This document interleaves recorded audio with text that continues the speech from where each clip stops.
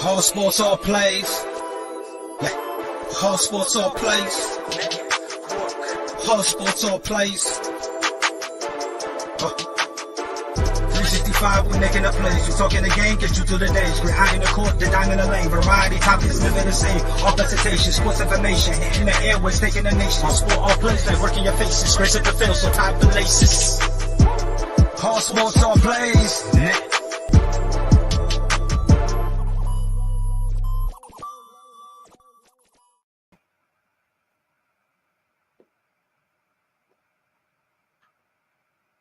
All right, welcome to G.W.R. Live, everybody. Got a big show tonight, joined by my dad, Tony Gonzalez, like normal. And we got special guest, pro wrestler Vinny Vachetti. How's it going, Vinny? I'm doing well, Chris. How are you? Doing good. Yeah, I'm very excited for this interview, Vinny. I'm a big fan of yours, of the work I've got to see you do over the last, since we've been doing these shows. We've been doing these shows now for about a year and a half. And I've got to see you wrestle quite a bit, and I love your work. I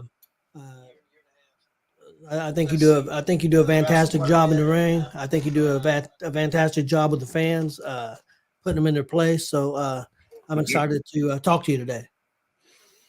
Well, Tony, it's good to be here. I can tell you that we've been trying to schedule this for months on end, and always seems to be something getting in the way. But I am very, very pleased and honored to be on your show today. Well, let me get started. How long have you been in the wrestling business? I debuted in May of 2000 for Hoosier Pro Wrestling in Columbus, Indiana, working for Jerry Wilson. And truth be told, I went down there after a show in Anderson. They were renting the ring to somebody else in their company. I cannot remember. But I ran into Dave Dynasty at this thing, and I said, how does one get to be involved? And he said, well, we actually rent the ring to these people, but our station of operation is down in Columbus. So he told me when to be there, and I went down there with what was then known as the Butcher outfit. And I would just go down there for training, you know. And this was me in my 20s. I was actually 20 years old. And I could do a flat-footed moonsault at 20 years old. And, Jerry Wilson's like, you want to be in the ring tonight? And I'm like, yeah. But at that time, I was just barely able to function. You know, I could take a bump and all that, but I could barely able to function. I wrestled Doink the Clown 2000, which was basically Outlaw Jesse Houston in Ronnie Vegas's Doink the Clown outfit. And the match lasted all of about 3 minutes. And by the end of it, I wanted to throw up. My nerves were so high. But he did the whoopee cushion, and he didn't even land on me. He just barely touched me, you know. That was my first match a long, long time ago. Yeah, I remember that promotion. I used to see it on the internet and stuff, and it closed down, a couple of years ago, 2 or 3 years ago? Yeah, it got hit with the cancel culture. Yeah. I knew that was a problem, and I also knew COVID came in, and also I think I heard a lot of wrestling promotions at that time also. Yeah. COVID was less painful than cancel. Okay. I understand. Cancel cultures, you gotta watch out, it'll get you. Oh, yeah. Let's not get started on that. I've managed to live through it. And it comes down to, I really don't care what you think. I don't, as someone right on my tights, it says 1980, I am a child of the 80s. I came up with, Mel Brooks films. You can't offend us, you just can't do it. Marcus Fine says, good evening, gentlemen. Kelly Fine says, hi, guys. Oh, look, it's Marcus searching out for more of his 15 minutes of fame. Yeah, pudgy bastard. Go away. what got you started in the wrestling business? Was you a fan of pro wrestling when you was a kid, or? Well, my grandmother, believe it or not, my grandmother was a huge fan. She was from Texas, lived around the Denton area, back in those days. And there's pictures of my aunt serving Carrie Von Erich, a screwdriver, at a restaurant. Um, and my grandmother lived around where the Runnels were from. So she was known down there long before I was ever even thought of. But we lived in Ohio, for God's sakes.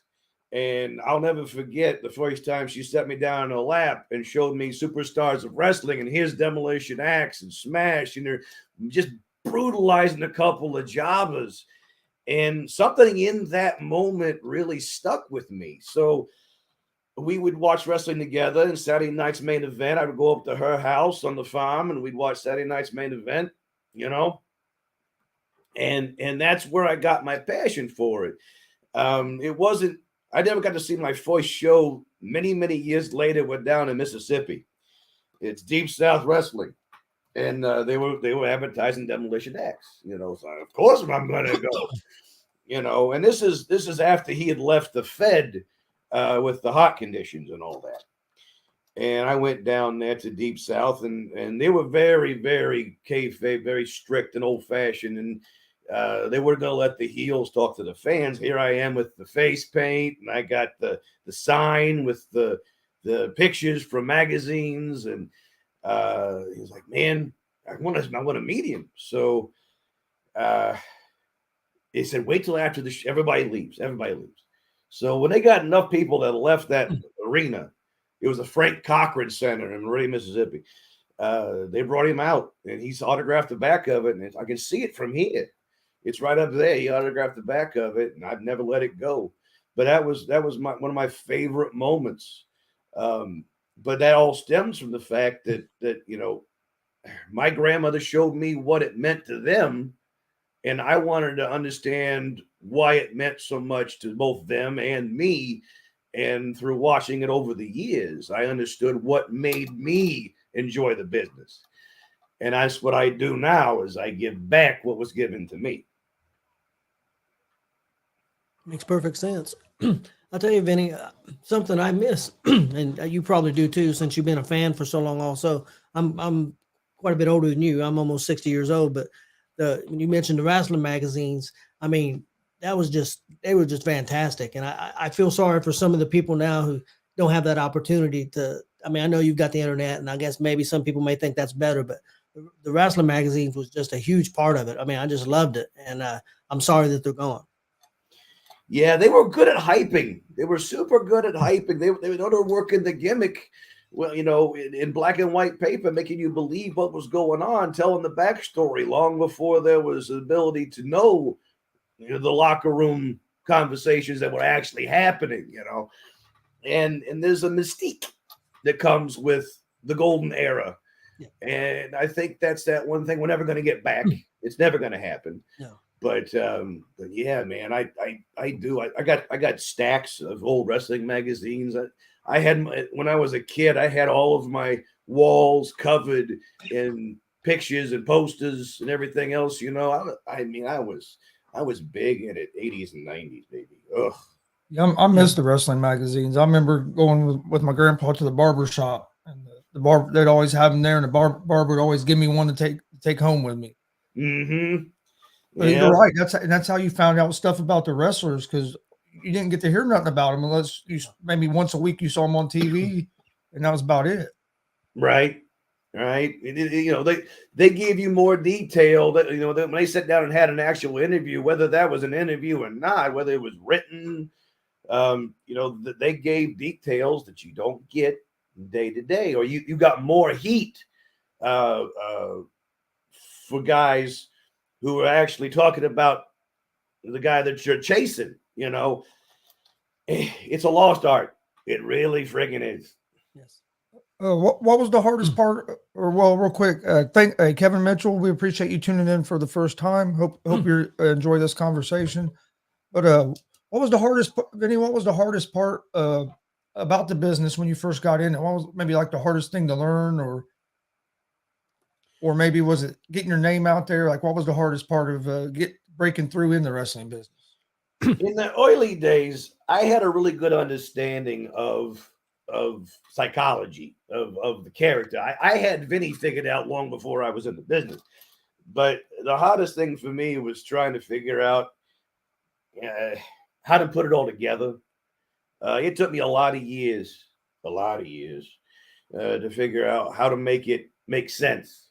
You could do it, and that's what we spend the beginning of our careers doing is, yeah, you can do it. You can do all kinds of fancy shit, but why? That was the thing that was hardest, was you got to tell yourself, why am I doing this? You can't just do a move or do a hold because you feel like it. My finishing hold, the Baron Breaker, because I stole it from Baron Von King, is about the jaw, the neck, the chest. So you have to work on the guy's head, work on the guy's face, work on the neck, work on the ribs. Because when that knee goes into the jaw and you pull the guy down to the canvas and he eats that whole thing into his rib cage, that was the damage I've been doing the whole match. Now I'm setting the guy up for a submission, you got to work a different body part.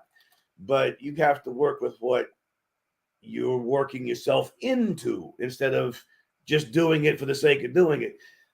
You can get slammed on that canvas and fall off that top rope 1,000 times in a match. But did it make sense that the guy kicked you in the face when in truth, you've fallen off that top rope 15 times? Your rib cage, your back, your body is tired, not your face. You feel me? Yep. Yeah. The moves don't mean nothing if it's not telling the story. Yes. And do you have a favorite venue that you've worked, a favorite town or anything like that? The DCCW shows are always fantastic because the crowd's always so big. That Portland show in Jay County, it's friggin' huge. The Muncie shows we did at the beginning, where the crowds were huge, man. That there's no feel like that. I told Mike King, I said, I never really felt like a professional wrestler until I went to the curtain at DCCW, and that crowd was just bonkers from one side to the other. And I'm like, this is how it's supposed to feel, HPW had a pretty good crowd back in the day. I never got to work for Circle City Wrestling, but I saw pictures where they're stacked from one end to the other, very, very few times where it's like, man, this is a really good place. But personally, for me, any place that's got a bathroom works.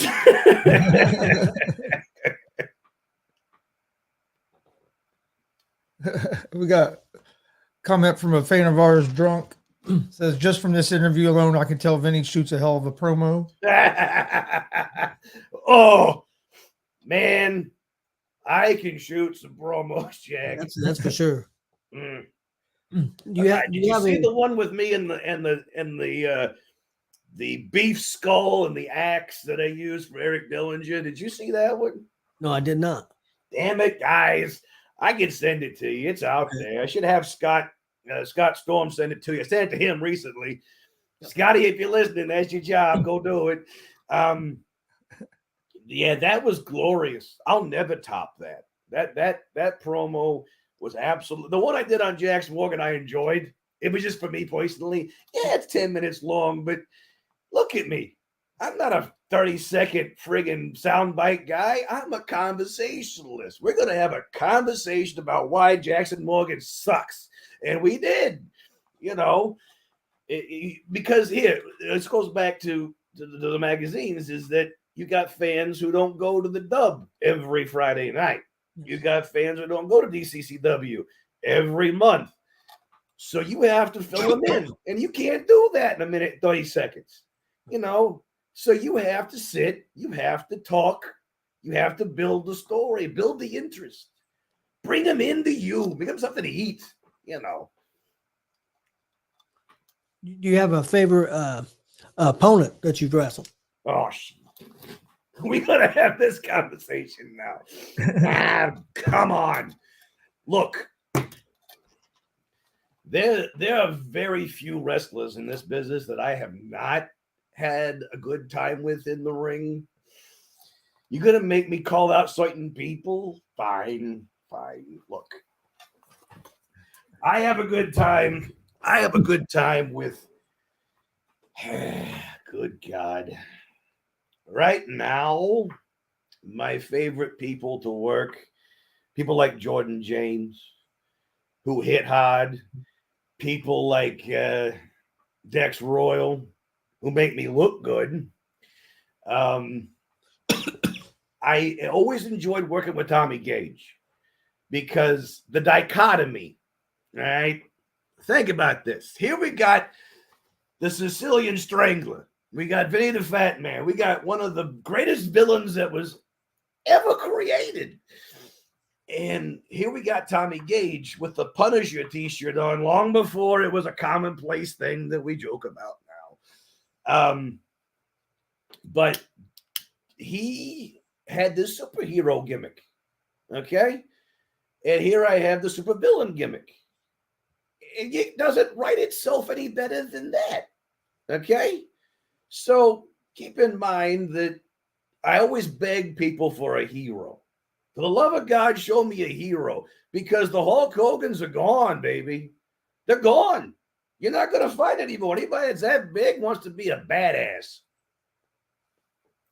Yeah, that's true. So let me finish here. The Tommy Gage and I, the way this worked was I was this great big 300+ pound monster, and he was this super cut, super lean, super pretty hero. And he could pick me up over his head and toss me like I was nothing. And we legit tried to kill each other. I don't know how many times. One of my favorite stories. We're in a match for NGW, I think. And it was up at Burnettsville, okay? And I'm in this match, and, there's this time period in wrestling when we all had long hair so that we could block people seeing our mouths move, Well, neither one of us had long hair. I'm bald, and he's got skinhead thing going on, and every time he dropped his head, he's not able to see what I'm saying to him, right? So I was just slapped every time he put his head down. I'm about 6-7 slaps in at this point. He grabs me by my chest and he goes, "Vinny, I swear to God, you slap me one more time, I'm going to kill you." And I'm like, "Yes, sir." Man, he was hot at that point. But yeah, we made magic, absolute magic. Our last match at ECCW, where he DVD'd me off the damn top rope and almost killed me. That was glorious. We started that match out with finishes, like you start the match out at this peak, and now you got to chase it. And we did. That crowd never went down. You can't top that. Leave that where it's at. Walk away. But the only other person that I would get in the ring in with today and go toe to toe with was Baron Von Kane. Baron, you guys haven't ever gotten to really witness Baron Von Kane in his prime. All right, this is a guy who's been wrestling longer than I've been alive, for God's sakes. Okay, and Baron is vicious. He's sadistic. He's diabolical, but he's a thinker. He's the only guy that I ever wrestled that when I'm throwing in a punch and I thought it was going to land, and here I am in this damn catch he's got me in, and now I'm in a rest hold, and he's working around to do another submission hold, and I'm like, what the hell? He really, really made me think, and it's not just straight kicking and punching, He made me think, how am I going to get past this guy? Every time I throw something, he catches it. So Baron, I would right now, in the backyard, let's go. I'd throw down with Baron right now. I trust him so much that he was trained by Ric Flair and Buddy Landell how to tape his fingers for blades, right? And he tapes his finger a certain way so that when he slices himself, he can cover it back up and keep anybody else from getting cut, I didn't trust myself to cut myself.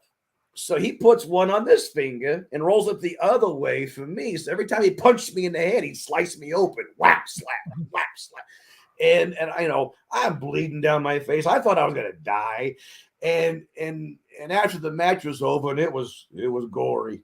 After that match was over, I went to the locker room and I patted my face, and there wasn't a scratch on me. I'm like, damn man, I should have let you go farther.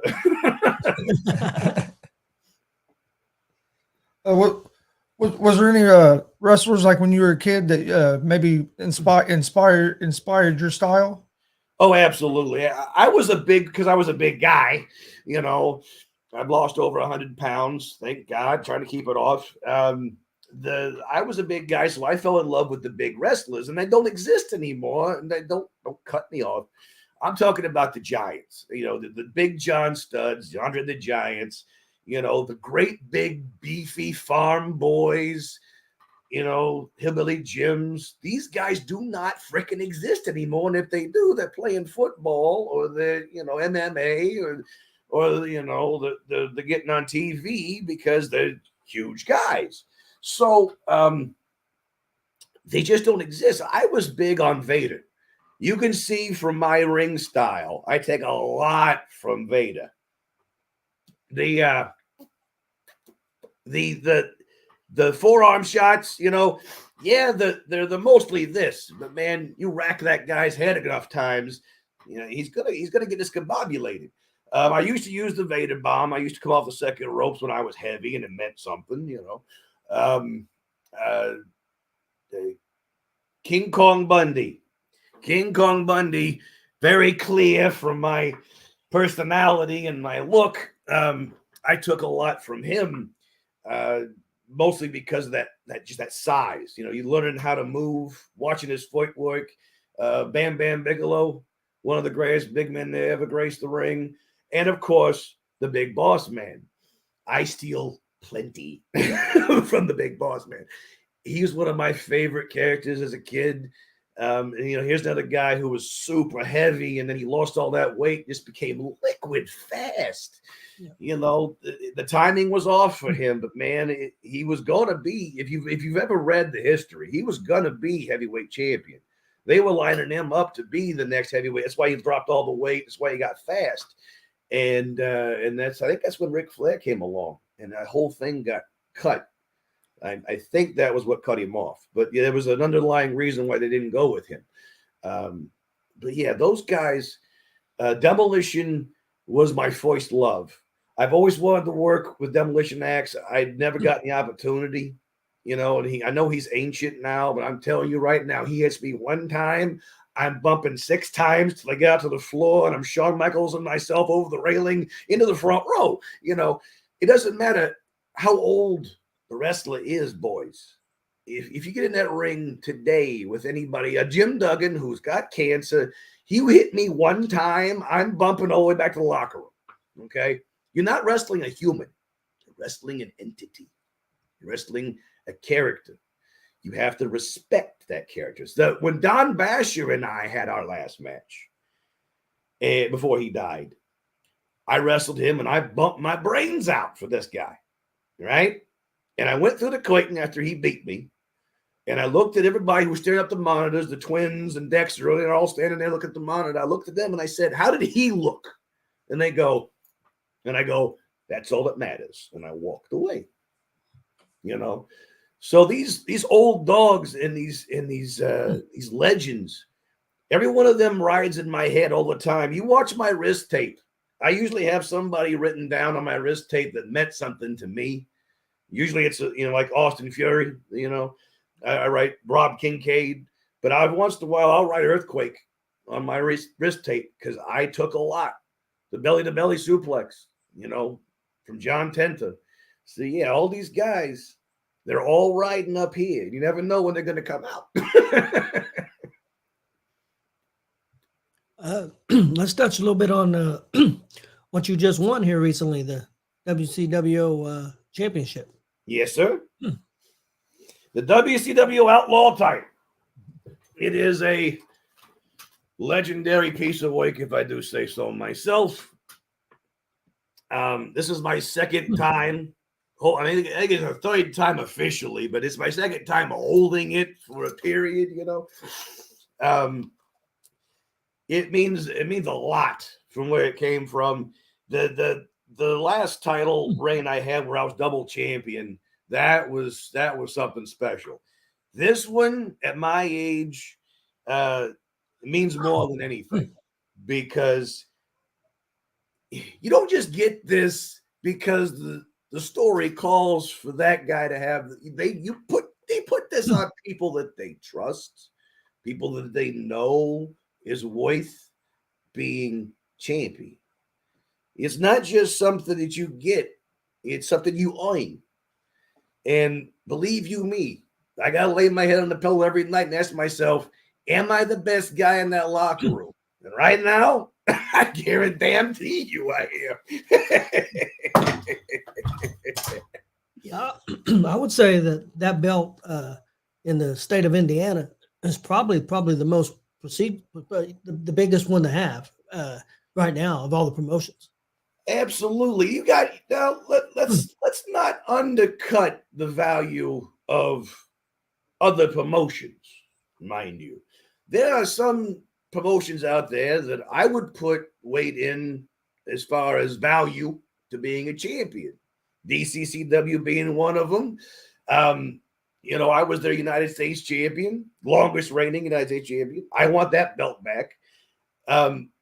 But when you talk about importance, then let's go down to Madison. Let's go down to Supreme. All right. These guys were connected to the NWA at one point. Eric Draven runs a very tight ship. I like watching his product. It might just be me. You go down to Grindhouse, where Two Tough Tony's at, right? There's another promotion that puts up really good shows, really good workers. So you don't undercut the value of other promotions' titles. However, when it comes to Indiana, when it comes to Indianapolis, when it comes to longevity and being able to say, hey, yeah, I was there and I was actually a champion, WCWO, to have one of those belts on your list of belts, very, very special. Yeah, I know. Hearing about the history of WCW, a lot of great wrestlers have been there and went through there. So that's what That's why I was saying I think it's a very important belt to have for anybody to get. Yes, yeah, I'm telling you, people want to downplay the location, to downplay the way it looks. Listen, Heidi Lovelace, Ruby Riott, went through WCWO. I shared the ring with her in a battle royal. I have a very distinct memory of her being in the locker room. Very important people have come through, and people who've gone on to bigger and better things. So just because it's not like glamorous doesn't mean it's not important. Yeah. Yeah, I love the place. We got to first get into it about a year and a half ago, and I wish I could go more but we're about an hour away. But I would if I could, I'd be there every Friday night.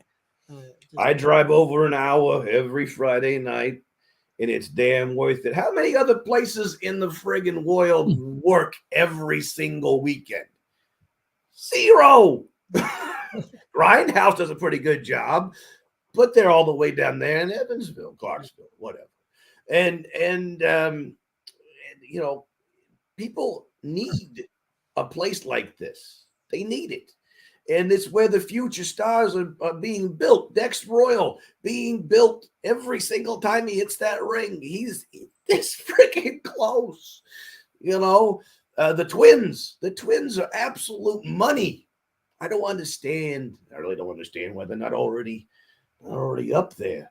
But the next generation, the Logan Myers, the Dalton Loves, these guys, the Dutch Boy Platinum, for crying out loud, he and I, you guys watched that match. He and I beat the crap out of each other one night. I lit into him something fierce, because he wanted us to go longer. I feel sorry for his ribs a little bit, but he beat me, but these are the guys that are going to be the next generation, and you're only going to see some of this talent in WCWO. How's it feel getting to work with some of them? I know you had the chance here lately getting to work with a lot of them younger guys. How does that feel? I mean, I know that has to be rewarding for as long as you've been in the business and you're still working with these guys. Listen, I'm 42, okay, and I feel like I'm 350 years old. My years of being heavy felt like an eternity. I didn't get to do a whole lot. And there was guys who didn't want to work with me then because I couldn't move. The gimmick always sold, okay? Vinny the Fat Man was guaranteed money, but I couldn't move. And TJ Power says I could. And there's guys that have worked with me who tell you, no, the guy could move. And I could for my size, but I couldn't do all the things that I needed to do for them, to get them over. And now here I am, 20 years, next year it'll be 23 years in the business. And now I am small enough that I can keep up and be launched and sent whichever direction they want to send me with these young guys. And they absolutely love it because, yeah, you're getting all your crap in. Now it's time for me to beat your brains out, and some guys, and I could name names, but I don't think I really need to, but some guys credit me with breaking them in because before they got in the ring with me, it was just talked about that, yeah, you're supposed to actually hit the guy. And it's like, no, let me show you how this is going to play. And then about 3 or 4 rib shots in, they're going, okay, well, now we know we're in a fight. So then the reality sets in. It's like, we're actually in combat. I need to act like I'm in combat. And with me, you can ask pretty much everybody, you don't have to pretend. With me, you're going to get hit. I love the fact that they also come to me and they say, Vinny, I need a match. Vinny, I need a match. You guys, I spent the beginning part of my career never hearing that. Even hearing, we don't need you. And now you got guys who are calling me up and say, Vinny, why don't you come over here and play? Or Vinny, I'm going on a booking in Denver. You want to go too? And by God, I'm going too. So it's finally, the doors are finally opening. And like I joke to JKO all the time that I hit my prime way too late. But I'm trying to enjoy as much of it as I can, not only for me, but for the kids, my kids, to see that Dad do what he do live and in color before they got to watch it on YouTube, and remember what Daddy used to do. Yeah, that's got to be awesome for them to be able to see that, live. That's cool. And sometimes Vinny gets involved. I don't know if you realize that when I won the Outlaw title, he was that little boy that was on the stage. I slapped that belt on his chest and pulled him through the curtain because that boy was in tears. He was so proud because he'd watched his dad lose, a dozen times, and he'd get mad every time I'd lose. He was so proud when I won that belt that I could not kayfabe that kid. I just snatched him up and pulled him through the curtain. He was like, man, this is something that's going to stick with me. So I'm going to do that right now. He loves what I do. He still hasn't figured out that it's 100%, not legit. but no, he's a big fan. I think that he's going to be better than I ever was. That's awesome. Is there anybody that you haven't got to work with that you want to work with? I want to go back and revisit Nate Matthews. I want to go back and revisit Eric Dillinger. I want to go back and revisit Dale Patricks. I want to go back and revisit these guys Here's one that you're going to like me to say. You never going to thought I was going to hear. You hear this out of my mouth? You ready for this, Chris? I want IK3. You want to know why? I'll tell you why.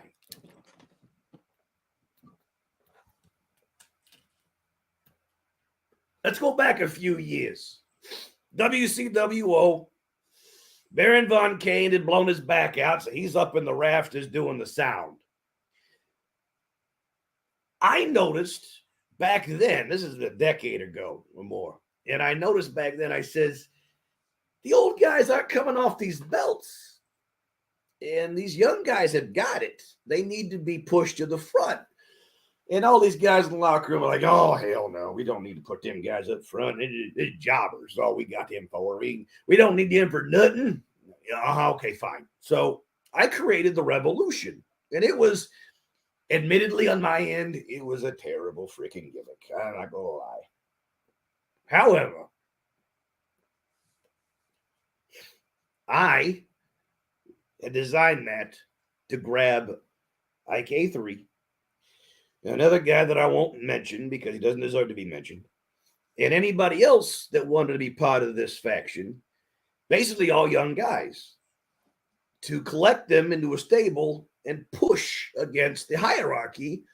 The TJ Powers, the Ichikomo Ueda, whoever was holding the belt down. And I did, for all intents and purposes. While the Revolution itself was a failure as a gimmick, I pushed those two guys out front and made them the limelight. And they're great on their own. They didn't need me. But I was using what I could do to push them out. And they'll admit this to you. But years and years later, and IK3 gets an opportunity, and there's no Vinny. And IK3 gets another opportunity, and there's no Vinny. And I'm like, I just want one, And I'm not ever going to say that I can keep up with IK3. Okay? I'm not going to pretend this for a minute. What I'm saying is, I want one, It'd be nice to have. I wrestled Basher. I wrestled JKO. Why can't I wrestle IK3? It's just my opinion. But Nate Matthews, any day of the week, I love that guy. He is something special. He both as a good person and in the ring. I'm a big fan. And then Eric Dillinger. I think it was the AWR guy in the locker room the other day, and he says, "You really want a piece? You want a piece of Dillinger again?" I said, "Abso-freaking-lutely," because I don't think he's done learning from the gangster. I'd like to see that. The original mobster, and he wants to be a gangster. He don't know what gangster is. I haven't beat it into him yet. So yeah, he wants to fight. He wants to bleed. By God, I'll give you both. And IK3 is one of them guys that I don't understand. Well, I do understand, but he should be up on the other level. I mean, there's no doubt about it. That was the biggest crap. It was bullshit that he got canceled. Okay, it's absolute bullshit. He is the future of wrestling. All right. Does he look like Randy Orton? Absolutely not. Can he put together a match that blows your mind? Abso-freaking-lutely. You was talking about DCCW and that show in Portland. That opened a match with Omen and him. That set the bar for the night. And don't get me wrong, the whole show delivered, but that definitely set the bar for the night, the match they put on. And that was Mike King. Give credit where credit's due. Mike King booked that. And he booked it that way for a reason. I heard him talking to Jake Oman the other night. And he said, no, the reason why we did that was so you guys could push the rest of the card up. And they did their job, and they did it. That was outstanding. That was outstanding. Tommy Gage said, "Damn it, I'm late." Late? I didn't even know you still existed. Tommy friggin' Gage. Listen, if he told me, he called me up and said, "Listen, Vinny, we're going to do it one more time.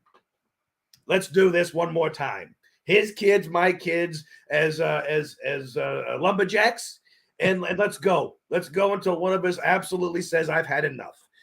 But he won't do it because he's, for all that white and black, and the Punisher thing is a big yellow stripe that runs down the center of it. Then I see Tony Jacks down here. Yeah, Tony Jacks is he's brilliant. Okay, Tony Jacks is one of these old guys who, like me and Baron, we're up here.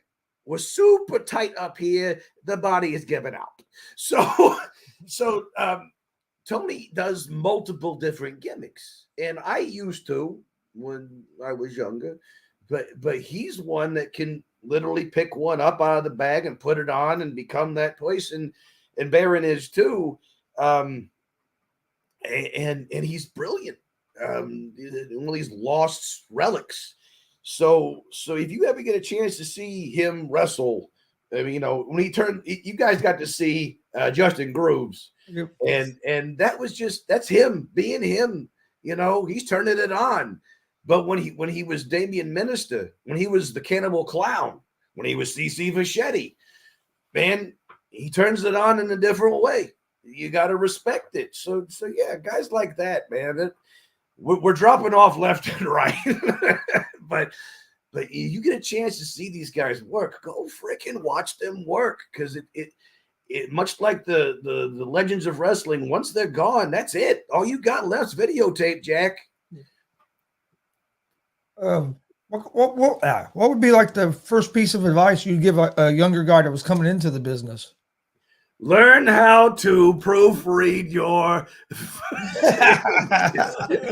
knew that was coming.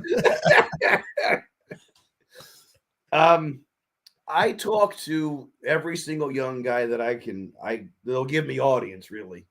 Not everybody wants to talk to the old guys still, but I talk to all of them, and my favorite one is go ahead and let yourself be in this place where you're trying to figure out wrestling.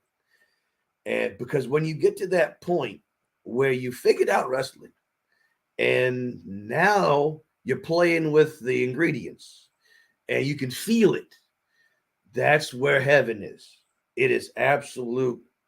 It's just, you ask Joey, you ask Baron, when you get to that point, there's nothing like it. You get in that ring, you ain't got to say nothing. Me and Baron are one of those people, we look at each other and go, see you in a minute, and we don't talk about what we're going to do. We go out there and try to kill each other and put together a damn good match. You have to get outside your head. You do. Get your ears open, your eyes open, and get your heart open, because you're going to take damage. I wrestled Hidari Friday night, right? So I personally was very happy with the outcome of that match. I thought it sold well. Joey Venom comes to us, and he's one of the guys who's been around a while and puts in a little bit of time talking to people. Joey Venom, he says to Hidari, you weren't active enough. You weren't hungry enough. When you put the champion down, you didn't get on him. You didn't want that belt bad enough. That drive was not there. And, so you're going to get talked to. You're going to hear some things you may not want to hear, I wrestled a guy not too long ago, and he was so bound up in who he was wrestling, and he didn't want to screw up. He was so stuck in the script that when it, we came time for him to do his bit, he didn't have nothing, and you can't do that. You have to. Oh, I know who it was. I remember who it was now. I ain't gonna say his name, but I said, okay, we're gonna do all this at the beginning, and then I'm gonna cut you off. I'm gonna do some of this, and then it'll be your turn to come out with some new shit. Do some shit nobody's ever seen. And he looks at me and he goes, I've only got the 4 moves. And I'm like, okay, wait a minute. So then we got into him, and now, and again, I'm not going to tell you who it is, but now he's getting talked about and he's making waves. So sometimes it takes tough love, but no, you have to listen. You have to be willing to take criticism, and you got to be willing to do the job. If they want you to look weak and vulnerable, even though you got a belt. Listen, Hulk Hogan spent most of his career with cracked ribs or a bum knee or something going to his neck with Zeus. You know, he's this giant and a superhero, and he looks weak. He looks like he's vulnerable. And what happens? He gets to the pay-per-view after he's lost every single match this month, or 3 months back in the 80s, and then he gets in that main event and he kicks Zeus's ass, and then he goes home. Right? That's how you tell a story. You got to be willing to say, hey, I look like a schmuck for the next month, and they're going to making me look good over here. You have to be willing to use the formula. I think that's one thing about wrestling now is they try to tell stories too quick sometimes. Yeah. Don't let the story fully get told and build up. Yeah, that's the big criticism with AEW and also WWE. Even though I think with Triple H in charge, I think he's trying to maybe make the stories a little longer.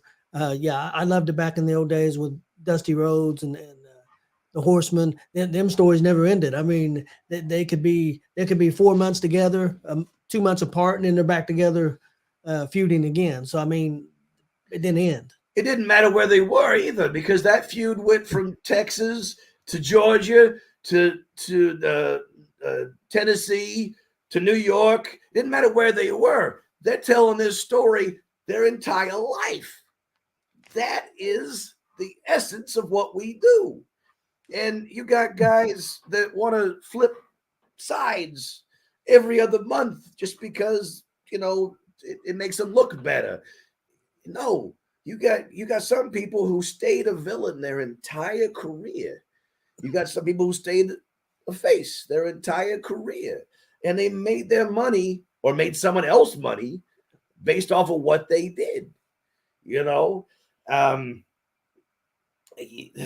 Ted DiBiase's of the world, the Dusty Rhodes, the Abdul the Butchers, these people that carried the torch for future generations, but they all told the same story, and it was worth telling over and over again because, I beat him, or Dusty Rhodes beat Ric Flair, but is Ric Flair ever going to let him get by with that? Absolutely not.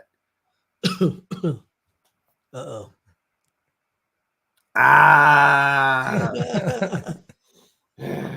Tommy. I swear to God. For a guy who wears a Walmart gear to the ring, I really don't think you need to talk to me, okay? Buys his friggin' clothes off of Amazon.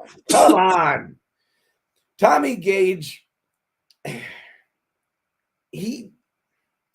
listen, we flipped the script. Used to be he was the little guy throwing everybody around, and I was the big guy. Now he's the big guy throwing everybody around, and I'm the little guy, but it's still the same story. It's the villain and the hero. But if we got in the right circumstance, I could be the hero. He could be the villain. Simply because no one knows who the hell you are. Go home. Go to bed. Do you have a maybe a couple favorite matches that you've had in your career? Oh God, yes. Me and Baron Von Kane inside the steel cage at WCWO for the territorial title. Oh my God, man! Let's keep in mind that at the Dub, you don't necessarily get paid, okay? Because it was every Friday night, and they used to be on TV. So your payoff was getting to be on TV. But in truth, the payoff is the experience. That's the freaking truth. You don't get to do this every Friday night and keep a story going, okay? But we wrestled in that cage, and Basher, he pulls us into the locker room, and he says, "Boys, this show's terrible. You need to go out there and save it." And Basher looks at him and goes, "Can we bleed?" He goes, "I don't care what you do. Just save it." We went out there and tried to friggin' kill each other. And this was the first time I pulled out the murder mitt. So the murder mitt is this steel gauntlet, okay? Chainmail. And I pulled it out and I start drilling Baron in the face with it. He's bleeding, right? And I know it hurts, okay? I already hurt people. I know it hurts. When I hit him, I was trying to just a little bit back off of it. And he was leaning into it. Every time I hit him, the blood would just go in every direction. and I'm like, man, that's gotta hurt. So at the end of the match, I got up on. He used to do old school before his back got blown out. So I locked him in old school, and he knew what I was doing. He looked at me, and he's like, no. And I'm like, so I go up the cage, holding on with his steel gauntlet, and I look at him, and I made a fist. He looks at me, and he goes, and here it comes, wham, right in the face. Beat him 1, 2, 3. But yeah, we were both just covered in gore, and we go through the curtain, and we didn't even get off the freaking ramp when we heard Basher wants you in his office. Like, oh God, here we go. So we go in the office. Basher slaps money into our hands, like, boys, you saved the show. And it's like, just doing what we do, Dad. Just doing what we do. God. Here's one you haven't heard in a while, Chris. Kai Faden. Figure that out. The Glitch. Have you ever heard of the Glitch? I haven't. It's because he was part of the cancel, but he also left because of COVID, and he left the area. Glitch was a very good worker. Go back and Google him. And I'm putting him over, but not only because he helped design my tights, but because I really enjoy working with him. He was the first match that I had with a younger guy when I lost all my weight, where I went, shit, I can do anything. He was doing the kind of thing. He put me on his shoulders and he pushes me off. He drops to his back. So I'm falling all the way to the canvas. He puts his knees up. I eat him, right? You know, it's like a long range Baron breaker sort of thing. But it was those sort of things.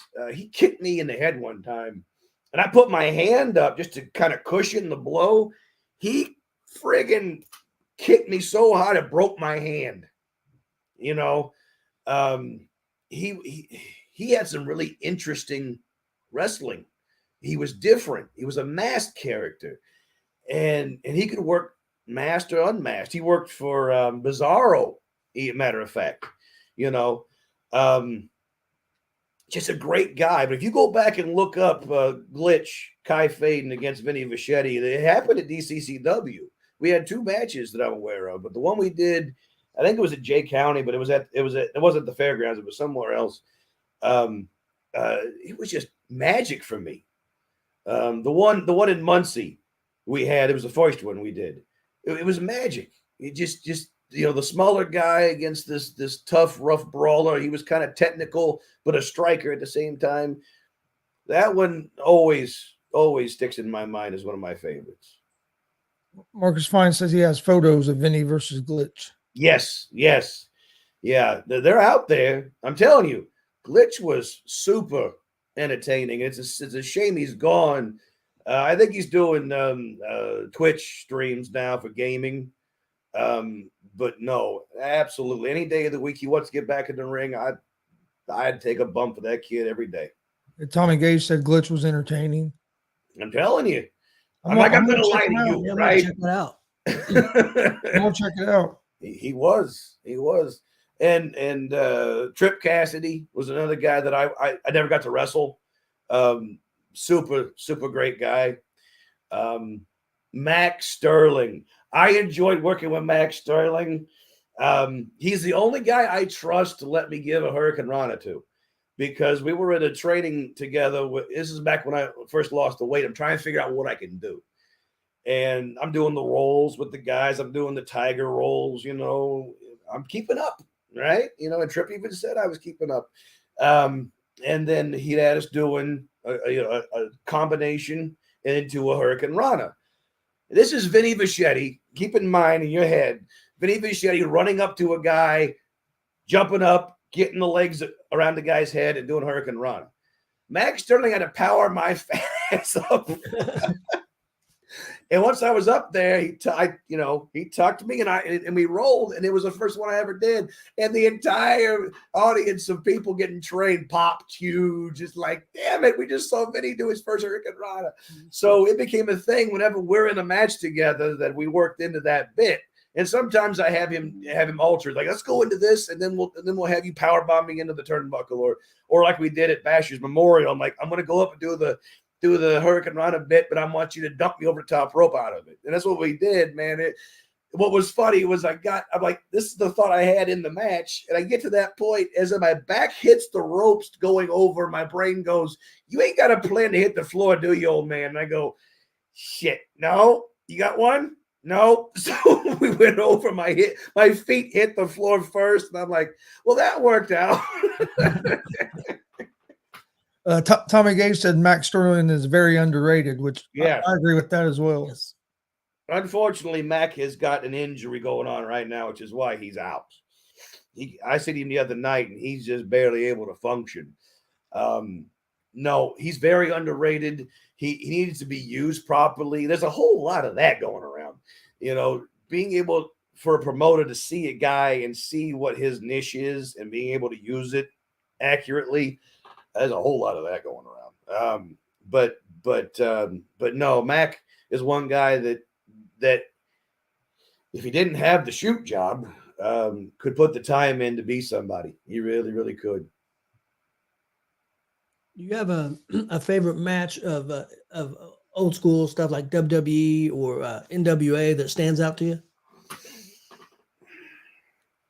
Or a couple matches? Man, matches that stand out for me, the ones that everybody always talks about it, your Randy Savages and your Ricky Steamboats and your Ric Flairs and your Bret Harts and your Shawn Michaels, man, there's just so many moments. I don't focus on any one match at all. It's people's entire work sometimes that make them who they are.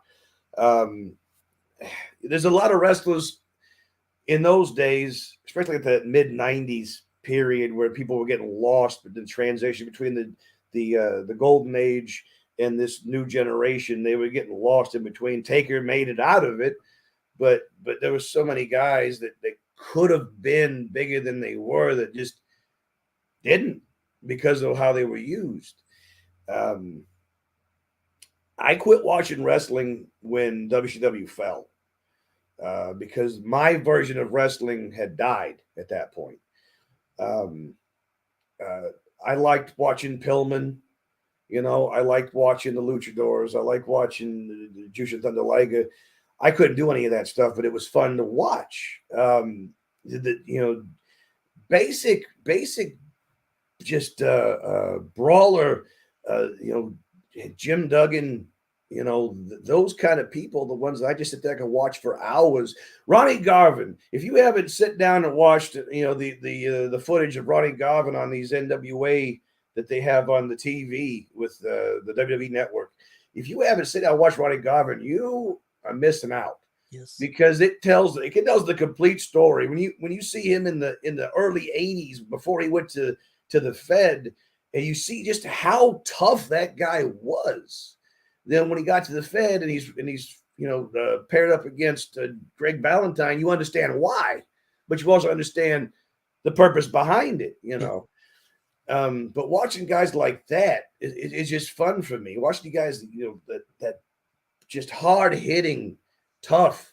I'm having fun watching Black Bart and Ron Bass.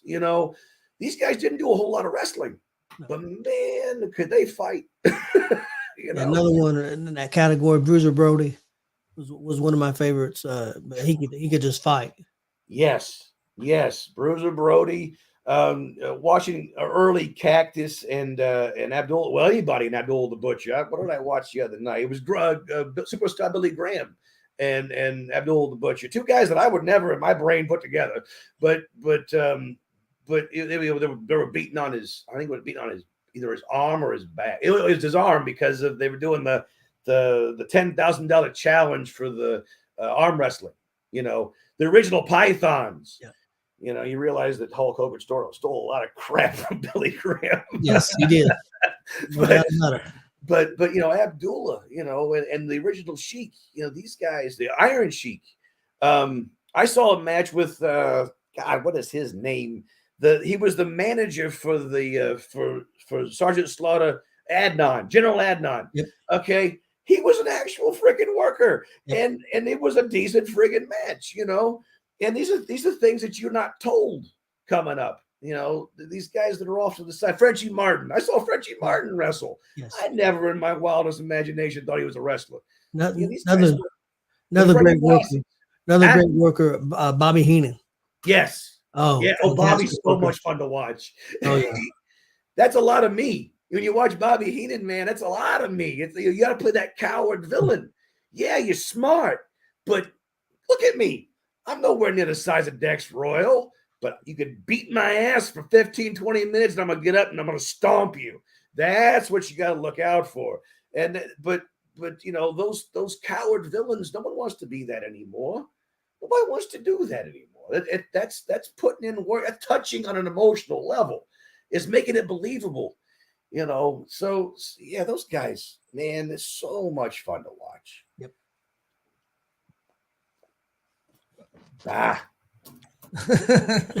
Give up on it. I give up on it. I talk too much. Yeah. Have you had some matches with Mike King? No, I have never in my life been in the same ring opposed to Mike King. We were at the DCCW. It was the Bearcat Rumble, and that was the first time I got to put my hands on Mike King, and I drilled him like 3 or 4 times. And then I think he hit me one time, and I'm like, "Really, Mikey? That's what you're gonna do to me one time?" It was nothing. I'm like, "Really?" We actually, the only time that we shared the ring together, we were in GW. And it was me against a guy who looked pretty much like me, which make no sense as to why you would put these other guys in opposite teams, but whatever. And I forgot who the other guy was, but it was me and Mike King against him and some other schmuck. And that was the first time I ever met Mike King or shared the ring with him. And that was pretty much the last time. I would like nothing more in this life than to get in the ring with Mike King and kick him right square in his teeth. I'd be all for watching you and Mike go at it. Aren't you guys going to be in the ring together in Colorado? We are going to Colorado together, and we're going to be in the ring at Battleground Pro, and it's a Battleground Blitz match where there's going to be 6 guys, 2 different teams, 3 different guys, but there's no loyalties. So it kind of reminds you of a scramble, but it's kind of an organized scramble. And you know, Hawkins back to the old multi-man tag team matches where they just tag whoever you feel like, and that's where we're at. But see, this is where you got to play wise old veteran, because there's several guys in that ring who are younger, faster, tougher. Not tougher. No, not tougher than me. But you know, they could take a beating, and then you got me and Mike King. And if we're playing smart chess, then what happens is we let the other guys wear themselves out, and we capitalize on the other 4 guys, and it comes down to me and him. And that's what I want. And I think we can make it happen. But that's yet to be seen. If I get my hands on Mike King, whether we're working together in this match or not, I'm still going to kick him in his teeth. Tommy Gage says he wants to ref that between you and Mike King. I would not recommend Tommy Gage reffing anything, because It better be a 1 pinfall match because he can't get back up.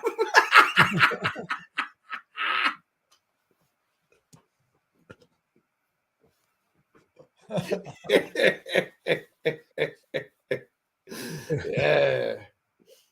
Heel. Yeah. Oh man, I know Tommy's gonna write something back here in a minute. But He's gonna be mad at me. Yeah. Oh my god. So here we are. Where are we at on time? still got about we can still go about another 20 minutes. Gee, I told you I wanted to go for hours. I can talk forever, Dad. So we've had. Let's talk about the recent past. We've had a change in appearance for Vincenzo Vachetti. I've had to change my moniker several times because the fat man went away. And I was the kingpin of kingpins during the Revolution era, a little bitty of time. And then we've got the Sicilian Strangler. The Sicilian Strangler has been my favorite version of me.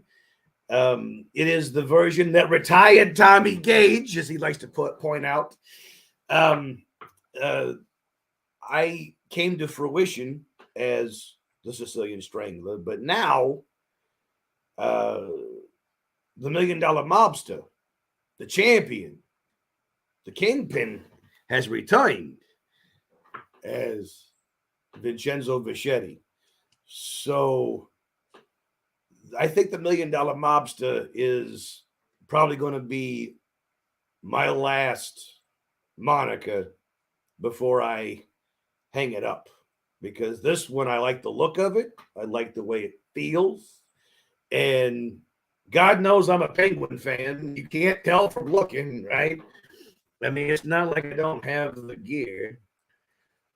So, whether you like it or not, Vinny the Fat Man is never going to go away.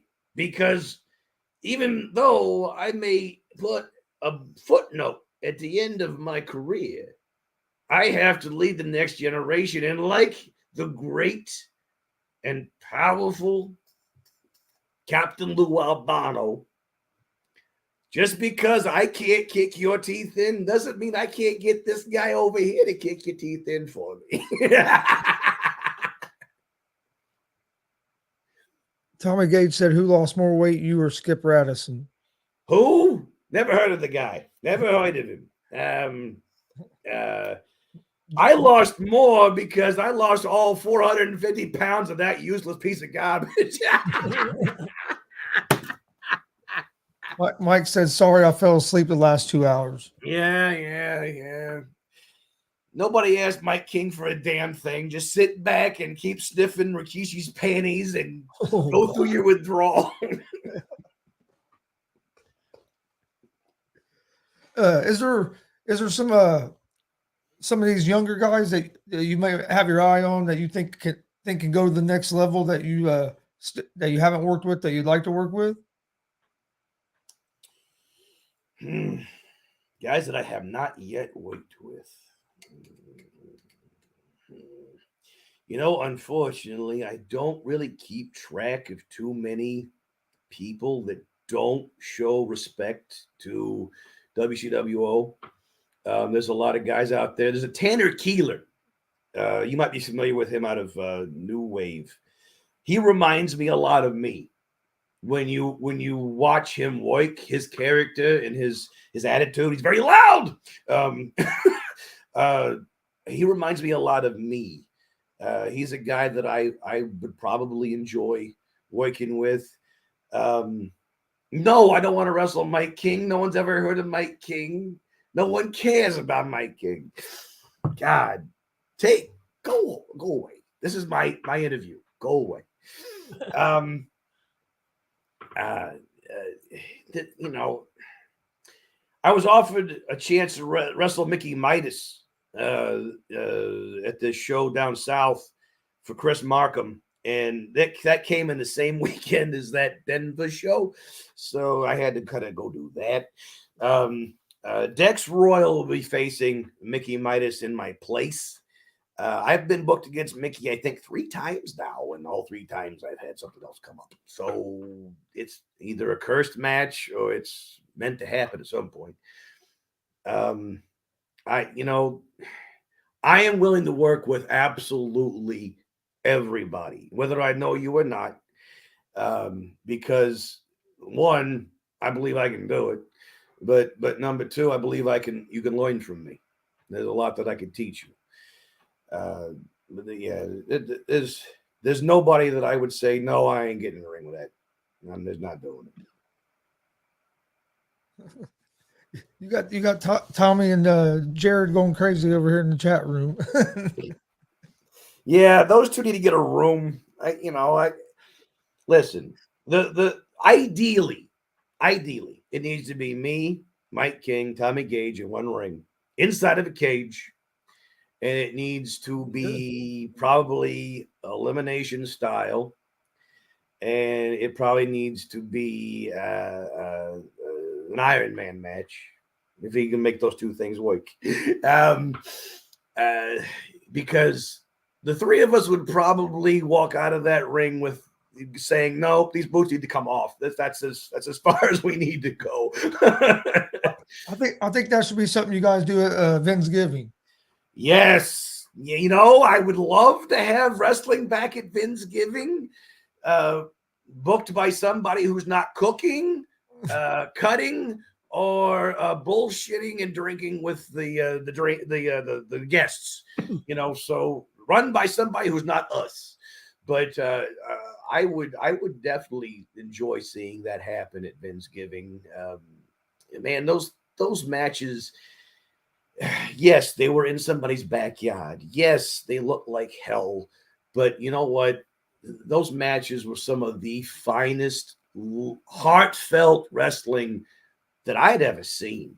When you get in the ring with somebody who, like Dean Schaefer. Dean Schaefer's a ring announcer for some place that I'm not going to talk about because they don't need to be talked about. But Dean Schaefer's one of the people that I brought into the business because he had the gift of gab, but he had such a passion for professional wrestling. And he's a great ring announcer. He's my favorite ring announcer.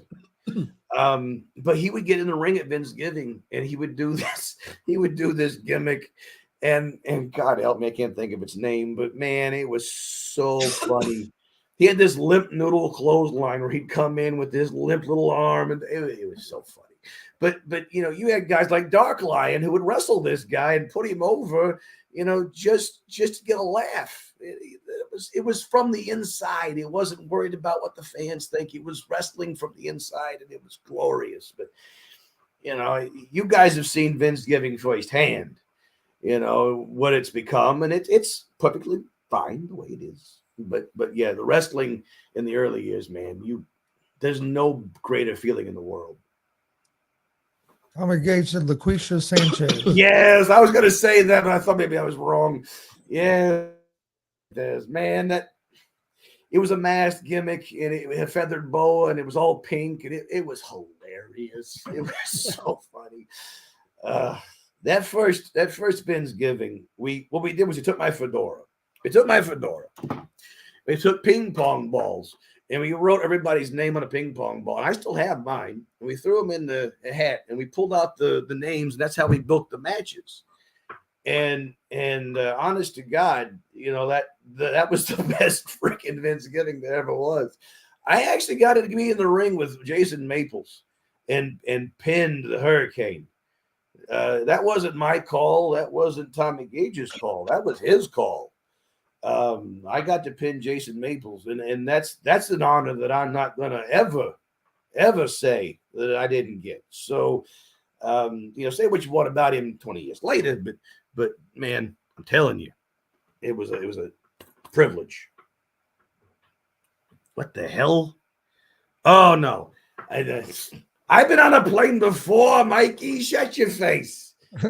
I've been on a plane before. I just don't fly. I'm like B.A. Baracus. I paid the fool to put me on a plane. All right. Well, before we get out of here, you got anything else you want to talk about or want to plug or? Can we plug your mouth? That'd be great. Hey, I have one more question, real quick, Vinny. Oh. Go ahead. Do you have a rough idea how many more years you're gonna compete? Like I told Scott Storm the other day, I do not foresee the end of the tracks, but I do see the light at the end of the tunnel. And it could be tomorrow, it could be Friday night. You know, at any point, it could be the end. There's a lot of things that I want to do. The tables match checks off one of my favorite things that I need to do. I'm big on the gimmick matches, not on the glass, but I'm big on the gimmick matches. There's a lot I need to do, and I'm not talking about belts. Belts are an honor. It's a different level of what you want to do with your career. Belts are an honor that you get along the way. I need that Hall of Fame. Some people tell me that I'm a lock. I, being in here, don't believe it for a minute. The TV, I would like to be somewhere close to television. Like one time would be enough for me. I was on TV at WCWO. You know, that's a different world. I'm talking about, you know, big TV. I think that the villain himself, as a guest manager or mastermind, Vinny Vachetti would, and I wouldn't want to give those idiots my rights and my name. Absolutely not. Call me something else, but yeah, being on TV in this persona would be heaven for me. I want to wrestle as many legends as time will allow. Honky Tonk Man was one of my favorite moments in life. Demolition is not done wrestling. That's true. Bushwhacker Luke, is it Luke or Butch? I can't remember. I think it's Luke. I think it's Luke. Luke. You know, these guys, the Barbarian and the Warlord. There's a couple of guys. Yep. Rikishi, for God's sakes. I wrestled Boogeyman, but that was a legend that was after I quit watching. So in my brain, it didn't have as much meaning as it would to someone like Jordan James, who just got that on not too long ago. But thank you, Kevin. Kevin Mitchell does a lot of my graphics. He helped with my tights, and he helped with the WCW logos. But anyhow, I like that new WCW logo. By the way, it is. It's sharp. I like the belt. I like the belt logo, but that one there, yes, very, very, very sharp stuff. Yes, Marcus, there will be a part 2 because I can't stop talking. As soon as we can get Gonzo to not be like, busy with someone like Marcus, stupid fine. But no, anyway, I want to wrestle as many legends as I can get before they've lost, Boogie Woogie Man. You can't touch him, but man, I would sell for Boogie Woogie Man. I do. I want that opportunity, not because they're a dying breed, but because those guys are the ones that are the reason why I'm here, and the reason why I take what was given to me, what I have, and give it to them, because it has to go on. It can't stop here. It damn sure can't stop with them. It's got to continue with these guys. Tommy Gage says part 2 should have myself and Mike King in the same room with Vin. Fine. There's something about the three of us being in a room where we can play off of each other, which would be fine. I don't believe that Tommy Gage can complete a a whole sentence, let alone have an interview. You're welcome to spend 5 minutes on TikTok trying to make Tommy Gage make sense, but I wouldn't book him. Yeah. Kelly Fine says, "Hey, Vinny, VIP sucks." My fans have turned on me. If I told you this, my fans have turned on me. Listen,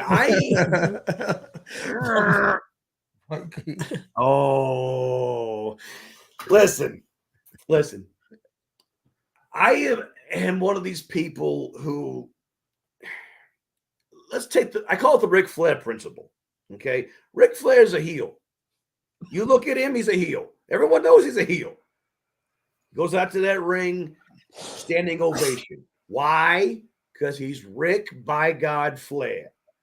And that's the way I see myself, not as Ric Flair. No, I see myself in that state of mind where I've been around so long, and me personally, you've known me, am a decent human being outside of the ring. My fans love me because of what I do.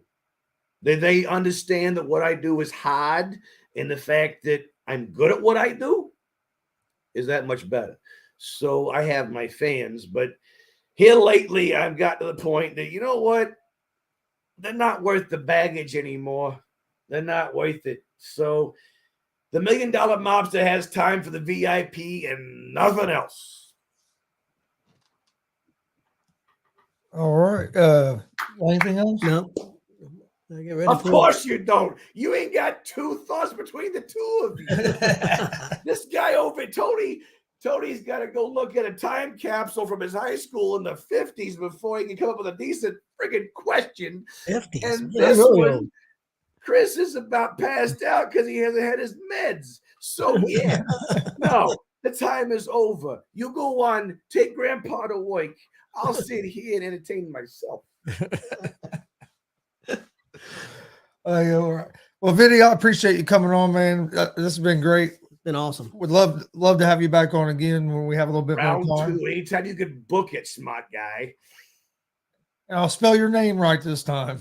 By God, you better. Vincenzo, Vincenzo. The little boy in the other room is Vinny. All right. I'll make sure I get it right next time. But no, I appreciate you joining us. I hope everybody enjoyed this conversation. I know I did. I really did. Please hit that subscribe button at Gonzo Sports Room on YouTube, at the All Sports All Plays Network, also on YouTube. You can find us on Facebook, Twitch, Instagram, Twitter as well. But for myself, my dad, Tony Gonzalez, and Vincenzo Vachetti, we will see you guys next time. Everybody have a good night.